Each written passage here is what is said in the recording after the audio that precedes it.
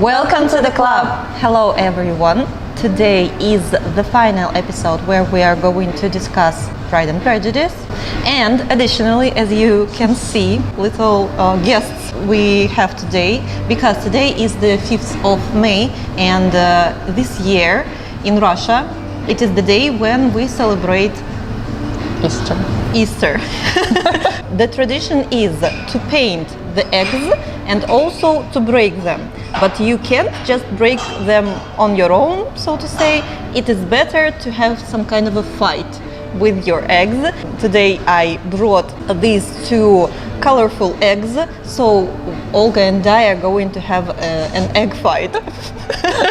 What we do, we just take the egg and on the count of 3 we just smash them into each other, and whose egg is going to break, that person is going to lose. This is the only rule. Okay, 1, 2, 3. Mine was broken. So really? Olga, yes. Oh, okay. Olga won. Olga, your egg is the winner. Yeah. Okay, so we're going to eat them a little bit later.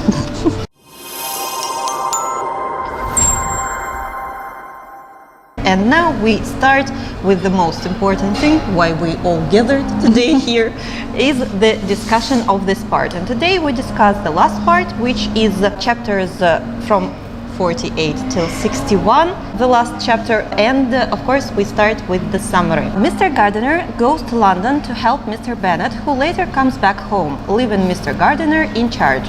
Mr. Bennet admits Elizabeth was right about Lydia going to Brighton and decides to be stricter with Kitty.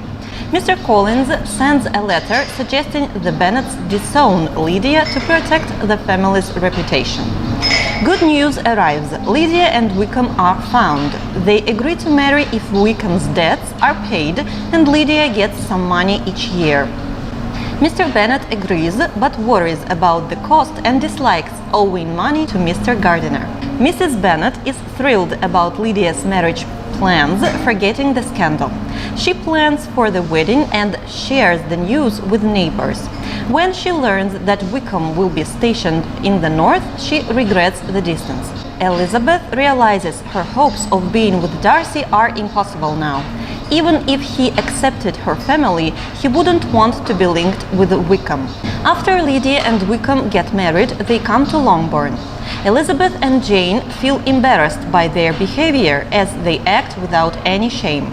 Elizabeth suspects Wickham left Brighton because of gambling debts, taking Lydia with him just because she was willing. Lydia mentions that Darcy was at their wedding, and Elizabeth writes to her aunt asking about more details. Mrs. Gardiner explains that Darcy, not Mr. Gardiner, found and helped Lydia and Wickham. Darcy paid off Wickham's debts and got him a job in the army. Mrs. Gardiner hints that Darcy did this out of love for Elizabeth, which surprises her. After Lydia and Wickham leave, Mrs. Bennet learns that Bingley is returning to Netherfield for a couple of weeks. Darcy arrives with Bingley. During the dinners, Bingley sits beside Jane and talks to her at length, as he did before. But Darcy shows little interest and doesn't talk to Elizabeth a lot. Bingley proposes to Jane and she accepts him. A week later, Lady de Burgh arrives to question Elizabeth about the rumors that she is engaged to Darcy. She states that Darcy is destined to be with her daughter and must know Elizabeth's intentions. Elizabeth says that they are not engaged, but she refuses to promise never to become engaged to Darcy. Darcy returns. He and Bingley visit the estate and head out on a walk.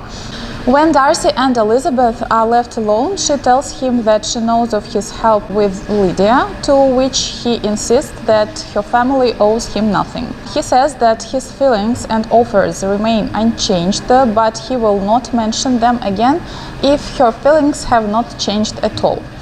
She makes sure he knows that her feelings have changed, and she apologizes for how she treated him before. Elizabeth tells Jane what happened, and it takes a while to convince her that Elizabeth has changed her mind and is actually happy with Darcy. Darcy talks with Elizabeth's father that evening and receives his consent, after which Mr. Bennet questions her feelings. She convinces her father that her feelings for Darcy are positive now. She also tells him of what Darcy did for Lydia. Jane and Elizabeth get married with Mr. Bingley and Mr. Darcy.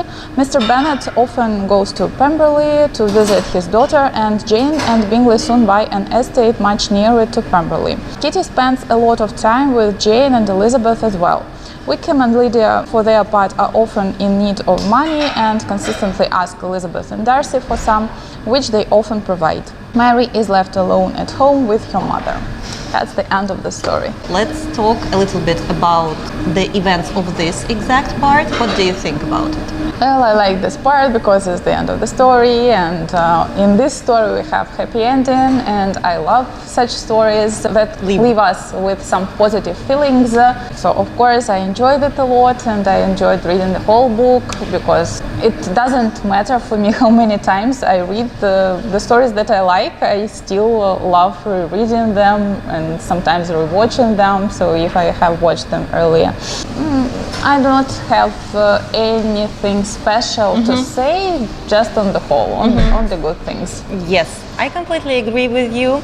So for me, I agree that if I like the story, I also can reread and rewatch it for many times. And what I also like about such stories is that every time you can pay your attention to the details that you haven't noticed before.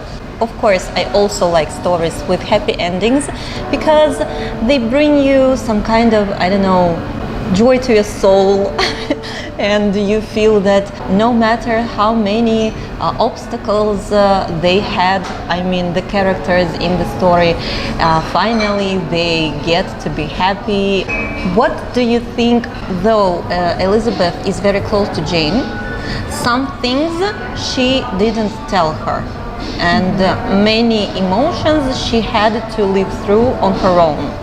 And that's why also when Elizabeth finally tells Jane that she loves Darcy and that they're going to get married, Jane is very much surprised. Because previously Elizabeth shared only her thoughts that were not very positive about Darcy.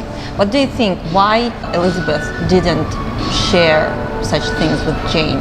Well, I think that one reason was that she didn't want to remind her of Mr. Bingley, and maybe she also didn't want her to find out that he was the reason why he left the place and left Jane. And also maybe she was also not sure in her own feelings. She didn't know how to react in a lot of situations, and she just couldn't realize what she feels towards him. Maybe that's why she wanted to do it first on her own and then to share it with other people, even the closest friend and sister that she has in Jane. Nice ideas, I agree with you. Also, maybe she was afraid that if she confesses to Jane that she loves Darcy and Darcy is going to live her life without any hope for being together,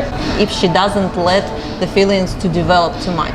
That's also kind of like an addition, I think, maybe. I liked the description when she realized that she is in love. In fact, she began now to comprehend that he was exactly the man who in disposition and talents would most suit her. His understanding and temper, though unlike her own, would have answered all her wishes. Indeed, I completely agree, yes, that both couples, I mean Jane and Bingley and Elizabeth and Darcy, are perfect for each other. Yes, I was really very much displeased and infuriated by Lydia and Wickham and their behavior, and especially by Lydia and Mrs. Bennet, how they talked and what exactly they talked. And it's said that Elizabeth was disgusted and even Miss Bennet was shocked. Lydia still, untamed, unabashed, wild, noisy and fearless. She turned from sister to sister, demanding their congratulations, and when at length they all sat down, looked eagerly round the room, took notice of some little alteration in it, and observed with a laugh that it was a great while since she had been there. When she arrived with Wickham and they were entering the house, she said something like, "No, Jane, I'm going to be in the lead," so to say. And I was like, what? How can be that two sisters are such nice people who take time thinking about everything and being polite to everyone, and how can their youngest sister be such a person? I just can't understand it. I mean, in the book I was displeased with them both, but when I rewatched the TV series I was displeased with them even more, and of course with Wickham. I don't know why when I read and watched it in the past, I didn't pay too much attention to Wickham. He was like, okay, he's there and whatever. But this time, especially when he got married to Lydia and got to talk with Elizabeth and how he was behaving, I was thinking, why did he even try to talk to her? Personally, in private, all of that stuff. Did he, I don't know, dream about having an affair with her while he's married to Lydia, or what? I don't think so. I think that maybe he wanted to understand if she knows the story that happened so long ago, and just he wanted to learn some facts about it, and also to learn her attitude to Mr. Darcy, because he knew that they spent a lot of time together, and well, it's just my opinion, so my guesses. I don't know really what was the reason. Yes, so the exact words of Lydia, Jane, I take your place now and you must go lower because I am a married woman. I think one of the most also popular phrases that Elizabeth says, and this was when she was talking to Lady de Burgh: "In marrying your nephew, I should not consider myself as quitting that sphere. He is a gentleman, I'm a gentleman's daughter, so far we are equal." Indeed, I think it is true. This phrase is even written on the cover, on the back cover of my book. And the last one I marked when Darcy was asking about if she feels the same or different. So Elizabeth was too much embarrassed to say a word. After a short pause, her companion added, "You are too generous to trifle with me. If your feelings are still what they were last April, tell me so at once. My affections and wishes are unchanged, but one word from you will silence me on this subject forever." Of course, it is very much sad for a person to love someone who doesn't love you back.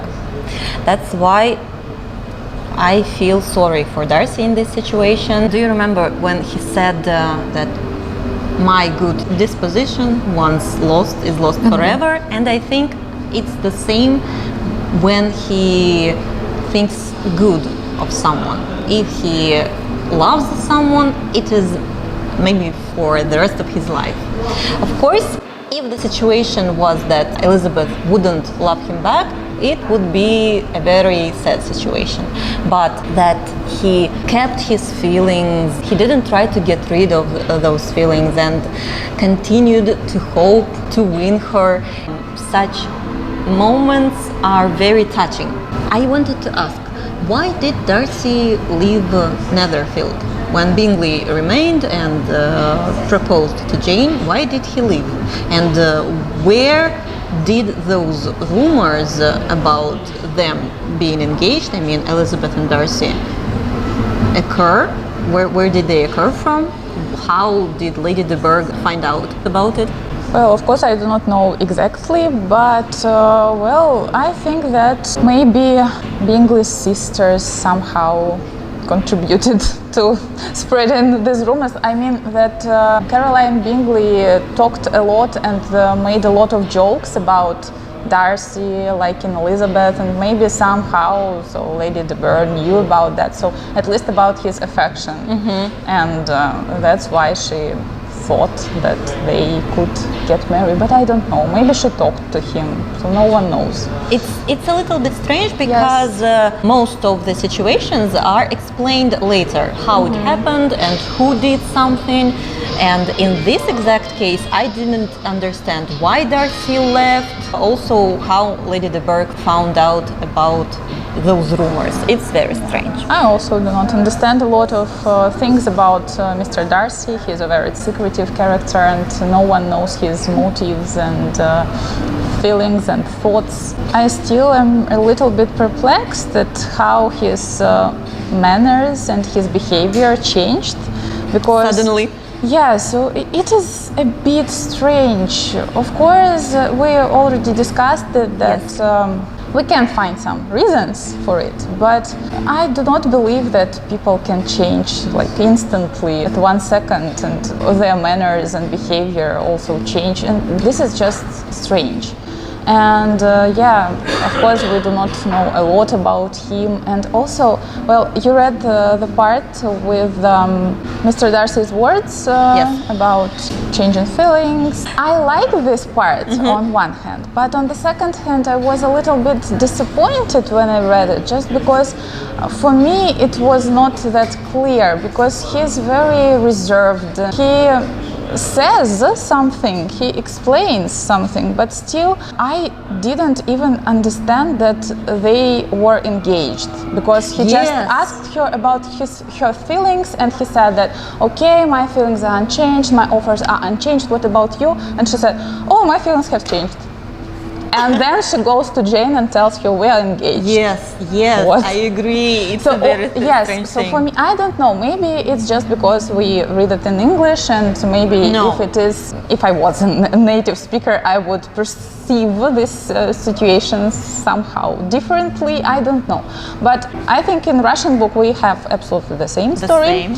I don't know. I I'm not agree sure. that maybe it wasn't said that later he said let's get Yes, engaged, yes. let's get married and all of that stuff, but I agree that it feels that it needed to be extended. Yes, and on the one hand, again, I understand that is just because of his character, because he's not very talkative, but I just wanted some more Yes. expressions, some Yes. more feelings expressed in this chapter.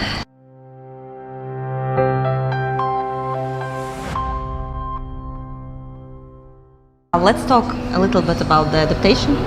What do you think? Because you watched it for the first time. Yes, I watched it for the first time and my life was a lie, because I had this book in Russian for years, I think. And so I have the scene from this adaptation here, and I was sure that this is Elizabeth and this is Mr. Darcy. But in fact, Yes. this man is not Mr. Darcy. So this is Mr. Darcy, but another one, like his cousin of Colin Firth, Mr. Yes. Darcy, so to say, because they have the same names, the same surname. And it is so strange. Why did you put it? Yes, why? Didn't you watch the episodes? When you said it right now, I understood, yes, that this is not Mr. Darcy, and I thought, yes, why would the publishers put this picture? It's strange. I even checked it because I thought maybe, well, okay, they may have the same suits, or kind of the same suits. Maybe it's just my vision. No, yes. I mistake something.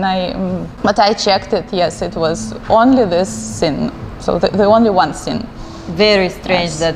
that they put this picture on the cover. Yes. I agree. But on the whole, I enjoyed the adaptation. I can't compare it with the film just because I watched film a lot of years ago. I do not even remember when I did it. But first 3 episodes, I can't say that they were something special for me. Just, well, I like the story, but I didn't have this kind of, I adore this story, I adore this adaptation.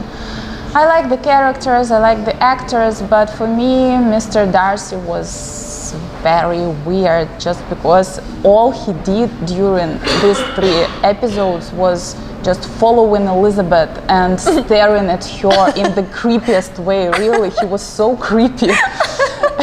It was very strange, and I thought, well, a lot of people think that this adaptation is the best one, and this Mr. Darcy Yes. is the perfect man. Yes. And I was like, what? He's just looking at her.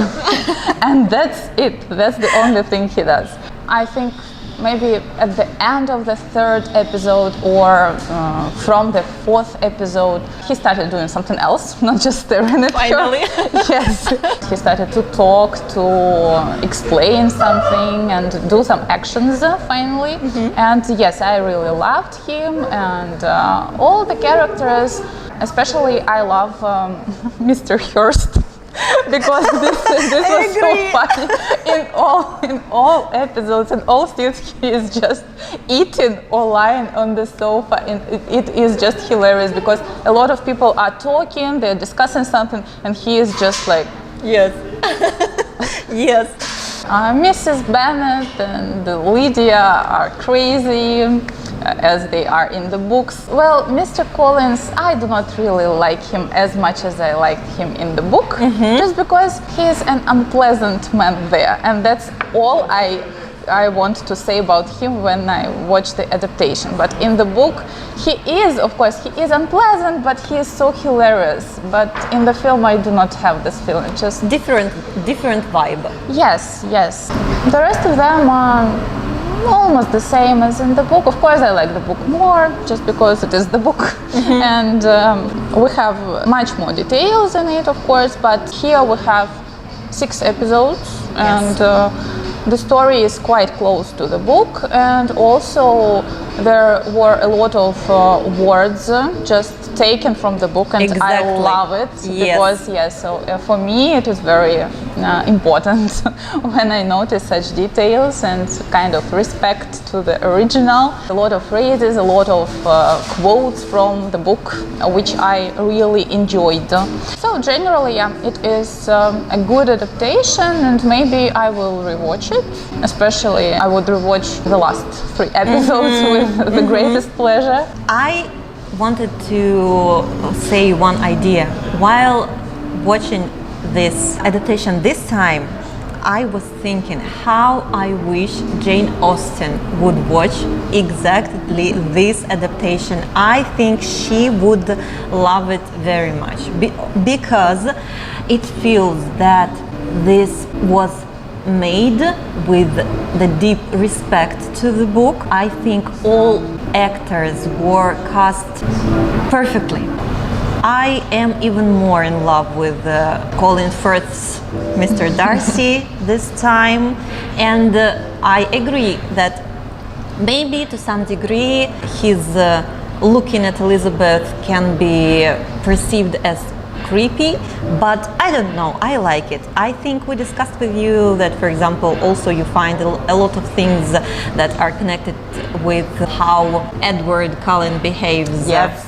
Is creepy. This was exactly what I creepy. was thinking. Yes, are creepy, but for me, I find them, I don't know. I like such things. I can't explain why, but I like such things. That's why I also like all episodes. I like how he looks at her, and especially how he starts looking at her. For example, when Elizabeth plays piano with Darcy's sister, his look is full of fondness and tenderness, and how he admires her, and it is played that we see.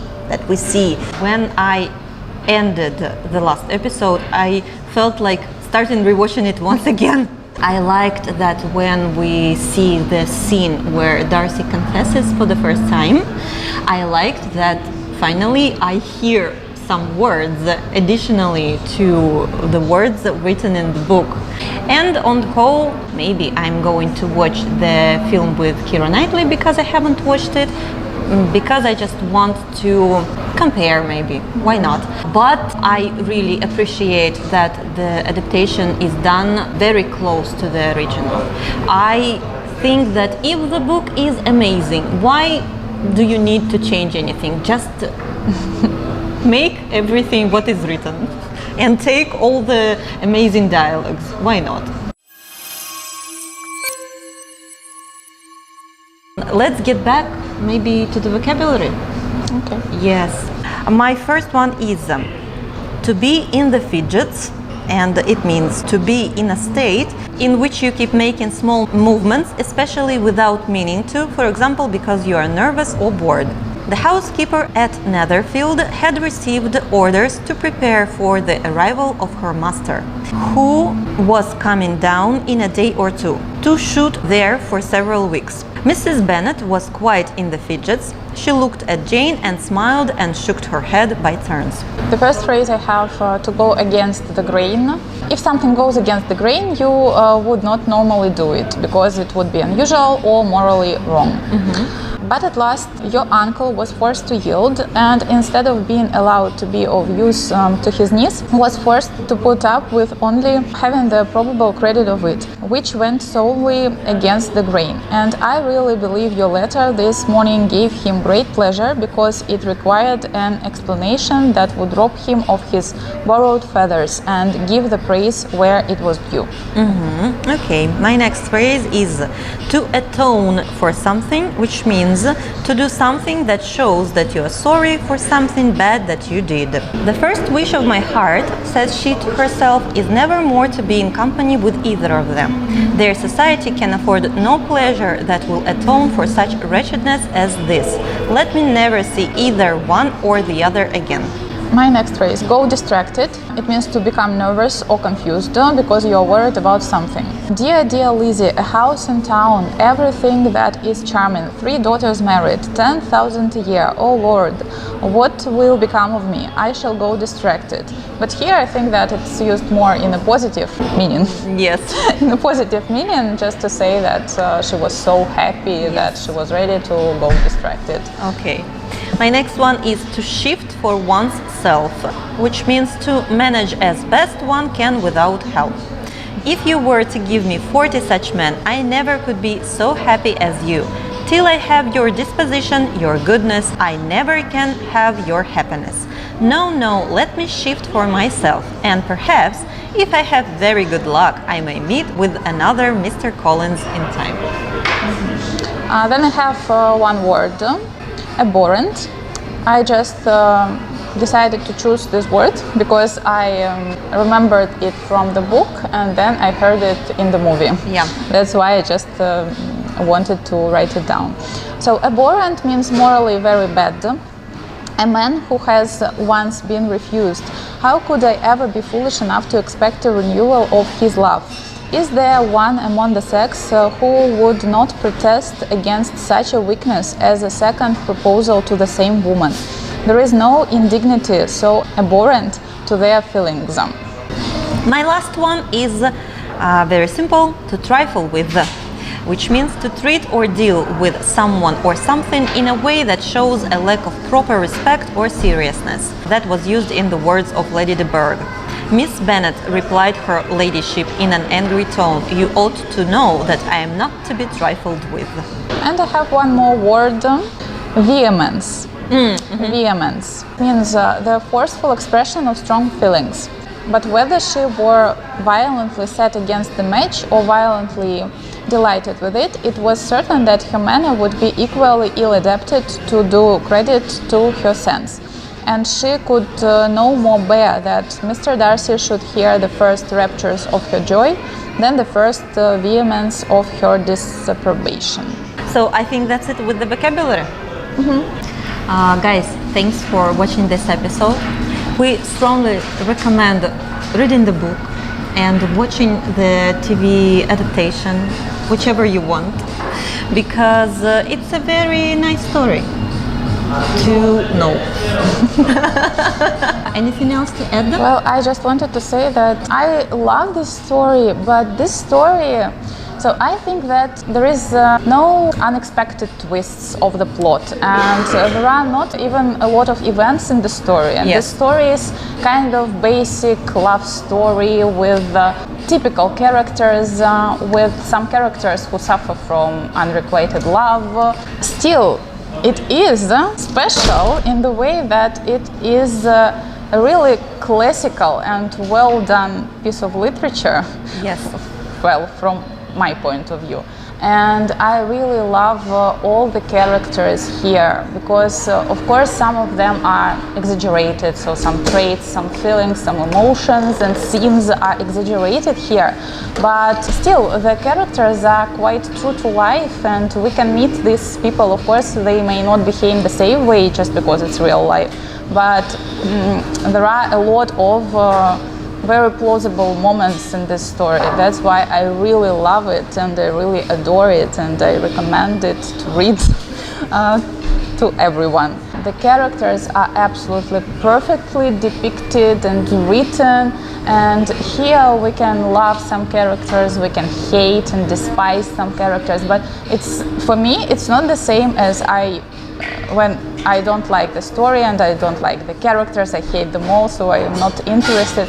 It is different because for some of them I have some compassion, and I'm just worried about them, what will happen with them. But for some I feel kind of hatred, but it is a good emotion here, just because it means that the character is really well described in the book, not just because I don't understand something, I don't like this person, but yeah, the feelings are a little bit different here. So that's why for me it is a perfect love story, and I mentioned a number of them when we discussed it for the first time, I guess. So probably this story is the best one of all of them for me, just because it is still very positive. And for example, Jane Eyre, I also love this story a lot, but it has some tragic moments and some parts. Heavy stuff. Yes, some parts are not that easy to perceive. Yes, so that's why. Yeah, Pride and Prejudice is the best for me. I have almost nothing to add, only that it's classic literature and is not in vain considered to be one of the greatest classic books of all times, and if you have time, just find out it for yourself. Next time we're going to start a new book, so please join us, and until that, please follow us in VK and Telegram. All contacts are in the description box below. So thanks for watching, and live long, and may you meet someone who answers all your wishes. Bye bye. Bye bye.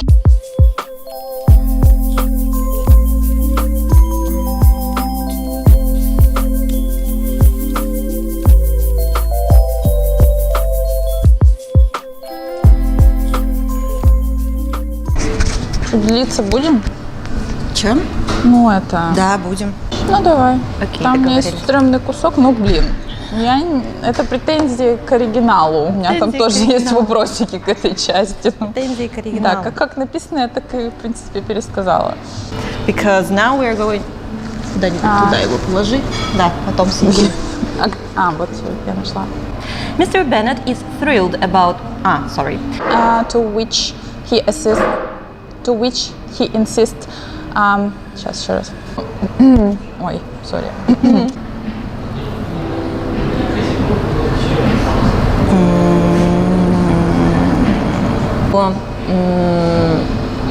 Избавляться. Get rid? Yes. Very... У меня что-то сегодня вообще со словами, с какими-нибудь хорошими, затык какой-то полный, я даже не знаю, какое слово подобрать. Что я об этом думаю, насколько это... Что хорошо, nice, good, вообще все, что у меня сегодня есть. Welcome to my world. У меня такое всегда. Как ее там звали? Caroline. And so on and so forth. So what do I want to say? Так, моя мысль, сейчас я ее закончу.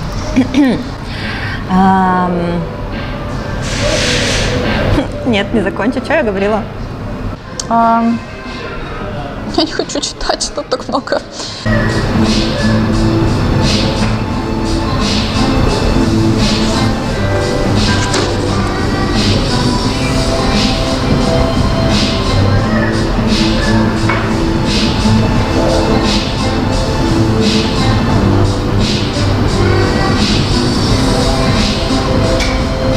тоже, кстати говоря, вот это trifle было как раз-таки you are too generous to trifle with me. Да, я помню это. В общем, этого trifle было уже миллион раз примерно, но я выписала с Lady Edinburgh. It's not for nothing. Как сказать не зря? In vain? Зря? No, Да. not in vain. Не зря. Логично. Все, давай. Давай. Пора уже заканчивать. Yes.